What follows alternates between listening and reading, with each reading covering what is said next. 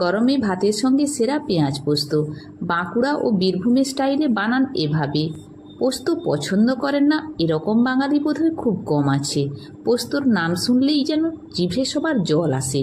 খুব অল্প সময়ে সহজে বানানো যায় পেঁয়াজ পোস্ত। এতটাই খেতে ভালো লাগে যে শুধু এক থালা ভাত উঠে যাবে নিমেষেই। খোসা ছাড়িয়ে 5টা পেঁয়াজ নিয়েছি। প্রথমে পেঁয়াজগুলোকে ঝিরিঝিরি করে কেটে নেব।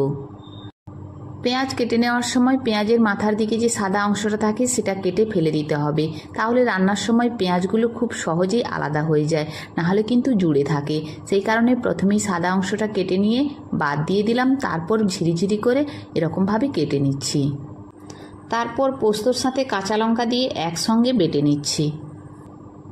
তুলে নিয়ে একটা বাটিতে রেখে দিলাম। এরপর গ্যাস অন করে কড়া বসিয়ে দিয়েছি। কড়া গরম হয়ে যাওয়ার পর শুকনো কড়াইতে প্রথমে গোটা পোস্ত ভেজে নিচ্ছি। 2 থেকে 3 মিনিট ধরে নেড়ে তুলে নিয়ে রেখে দিচ্ছি। একটা বাটিতে সেই ভেজে নেওয়া পোস্ত রেখে দিলাম। এরপর ওই কড়াতেই দিয়ে দিলাম 2 টেবিল চামচ সর্ষের তেল। সর্ষের তেল গরম হয়ে গেলে ওতে দিয়ে দিচ্ছি কালো জিরা। কালো জিরা দিয়ে 30 সেকেন্ড ধরে ভেজে নিচ্ছি। কালো জিরা ভাজা হয়ে গেলে ওর মধ্যে দিয়ে দিচ্ছি ঝিরিঝিরি করে লম্বা লম্বা করে যে পেঁয়াজ কেটে নিয়েছিলাম সেই পেঁয়াজ দিয়ে দিচ্ছি। পেঁয়াজগুলো হালকা লাল করে ভেজে নিতে হবে। এরকম হালকা লাল হয়ে ভাজা হয়ে গেলে ওতে দিয়ে দিতে হবে এরপর স্বাদ মতো লবণ। লবণ দিয়ে আবারও নাড়াচাড়া করে নিতে হবে। লবণ দেওয়ার পর পেঁয়াজগুলো খুব তাড়াতাড়ি নরম হয়ে যাবে। এরপর পেঁয়াজের মধ্যে 1 টেবিল চামচ পোস্ত বাটা দিয়ে নাড়াচাড়া করে নিতে হবে। এইভাবে নাড়াচাড়া করে নেওয়ার পর দিয়ে দিতে হবে সামান্য জল।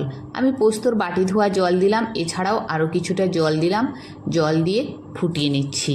2 থেকে 3 মিনিট এইভাবে রান্না করে নেওয়ার পর পেঁয়াজ নরম হয়ে এলে বাকি পোস্ত বাটা দিয়ে দিতে হবে। বাকি পোস্ত বাটা দিয়ে আবারও নাড়াচাড়া করে নিচ্ছি। সমস্ত পেঁয়াজের সাথে ভালোভাবে মিশিয়ে নিলাম। এরকম মাখো মাখো হয়ে এলে প্রথমে যে গোটা পোস্ত ভেজে রেখেছিলাম সেই ভাজা পোস্ত দিয়ে দিচ্ছি। তারপর আবারও নাড়াচাড়া করে নিচ্ছি। এইভাবে নাড়াচাড়া করে রান্না করে নিচ্ছি 30 সেকেন্ডের মতো।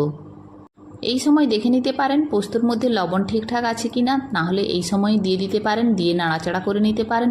শেষে সামান্য কিছুটা সর্ষের তেল ছড়িয়ে নামিয়ে নিন।